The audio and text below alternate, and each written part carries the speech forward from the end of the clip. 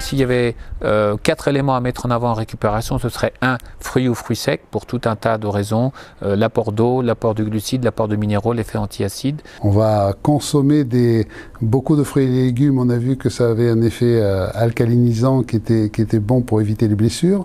On a vu également que c'était protecteur contre le vieillissement, donc vous savez que les sportifs qui ne se protègent pas peuvent vieillir un petit peu plus vite.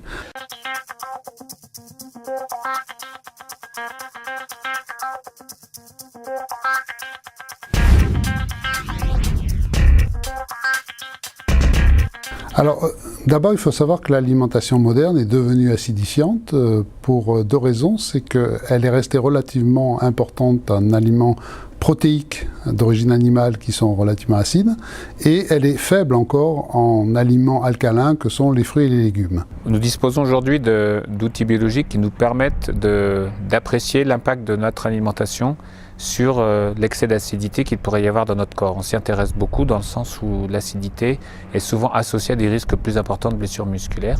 Effectivement, lorsqu'on dose l'acidité de l'organisme, les sportifs qui se blessent facilement ont une charge acide importante, beaucoup plus importante que les sportifs qui ne se blessent pas. Et on a pu évaluer quels étaient les aliments qui étaient les plus protecteurs et ceux qui au contraire pouvaient avoir l'effet le plus défavorable. Il y a dans les fruits et les légumes des fruits qui peuvent avoir des goûts acides, et le citron en est un. Et par contre, au niveau de l'organisme, il aura, comme tous les fruits et légumes, un effet alcalinisant au niveau de cet organisme. Et ça nous a conduit à encourager les sportifs de l'équipe à consommer des fruits secs en récupération, davantage de fruits, davantage de légumes, c'est-à-dire d'être un petit peu à contre-courant des conseils habituels où on dit du riz, des pâtes, du riz. Alors à titre d'exemple, on a un certain nombre de sportifs de haut niveau, et notamment un footballeur de grand talent dans le championnat de France, dans une équipe de championnat de France de première division, avait des blessures à répétition et n'arrivait pas à tenir 2 ou 3 matchs de suite.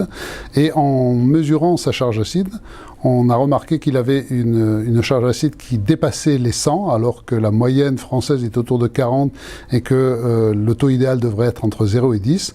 Et que lorsqu'on a pu alcaliniser effectivement son organisme, eh bien, au bout de quelques semaines, il a pu reprendre son entraînement et la compétition très rapidement et tenir une bonne partie de la saison.